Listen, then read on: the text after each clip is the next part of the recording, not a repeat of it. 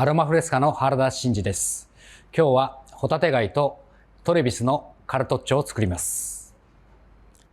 カルトッチョというのは本来紙包み焼きのことを言うんですけれども、今回はアルミホイルを使って簡単にカルトッチョスタイルの料理をご提案しました。パーティー等にも入る料理なので、ぜひ皆さんも試していただければと思います。材料をご紹介します。まずはホタテ貝、トレビス、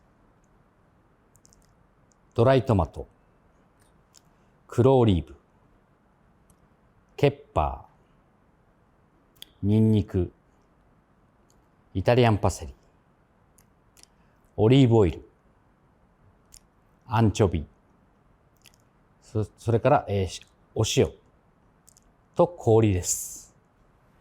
以上になります。まずはニンニクをすりおろしていきます。まずアルミホイルをおろし金にやっておきます。そしてニンニクをすりおろしていきます。イタリアンパセリを刻みます。太い軸は使いません。細かく刻んでいきます。太い軸はやっぱりちょっと硬いので、旨味はあるんですけれども、硬いので取り除きます。ただちょっと細い軸はイタリアンパセリでも旨味があるので、そこは入れていきます。こちらはセミドライトマトですね。オイル漬けになってますけれども、全然普通の乾燥のドライトマトでも構いません。乾燥の場合には少しお水にちょっとだけくぐらせて、気持ちは柔らかくしてから使ってください。トレビスを切っていきます。こちらはもう半分のものをさらに4等分ですね。こちらオリーブオイルですね。軽くこちら分量外です。こちらにトレビス。トレビスはですね、僕よくホタテ貝との組み合わせでよく使うんですけれども、やはりトレビスのこの苦味、この苦味があることによってホタテ貝のこの甘みが引き立つという。ですから、うちでは結構ホタテ貝がメインの料理には意外とトレビスを使う場合が多いです。ちゃんと焼く必要はないので、ホタテ貝も軽く表面だけ色がつくぐらい焼いていきます。トレビスが手に入らなかったらアンディーブみたいのでも構いませんし、ズッキーニとかそういう季節のお野菜でもよろしいかと思います。アスパラですとかキノコ等も舞茸とか椎茸とかも美味しいと思います。で、軽く表面焼き色がつくと思います。はい。大体このぐらいでもう一度取り出します。この後は続きまして同じフライパンでソースを作っていきます。まずオリーブオイルですね。それからニンニクの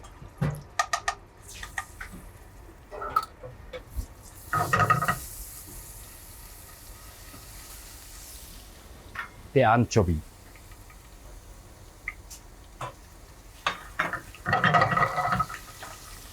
この魚介料理には旨味のベースになりますので、アンチョビはぜひ加えてください。で、これニンニクがもう薄くきつね色になってきましたら、そこに今度オリーブですね。オリーブ、ケッパ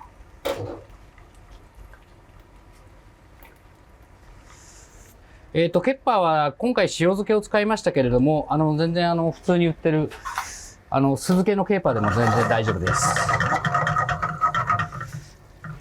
で、混ぜ合わせていって、ここに今度みじん切りにしたイタリアンパセリですねを加えていきます。で、これがソースになります。で、こちらがソースに。一度ソースは必ずフライパンからボウルなりなんなりに一度移してください。すりおろしのニンニクを使ってますので、焦げやすいので気をつけてください。はい、こちらアルミホイルをですね、だいたいこれ80センチぐらいですかね。広げたところに、今度先ほどのトレビス、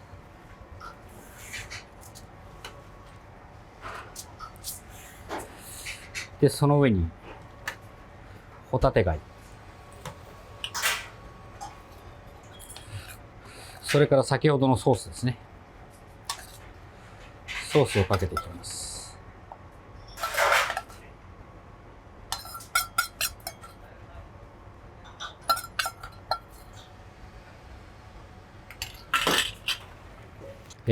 氷。小さな氷を一つだけ真ん中に乗せてください。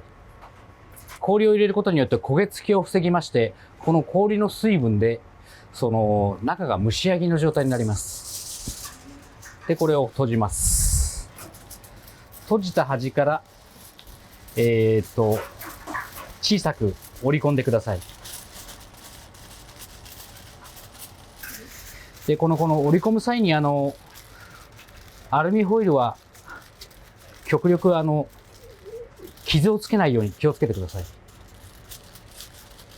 こんな感じに楕円形に仕上げていきます。そうしましたらちょっとしっかりしたスプーンでこの周りを留めていきます。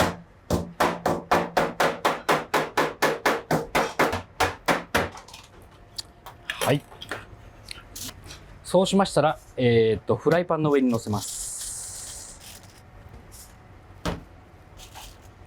はい。こちら中火で3分ほど加熱していきます。このぐらい膨らんできたら竹串で1箇所だけ穴開けます。そうすると蒸気が出てきます。はい。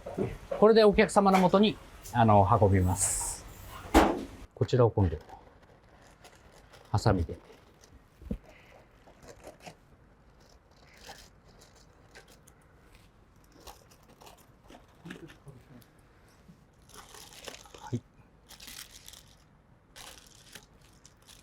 こちらで完成ですね。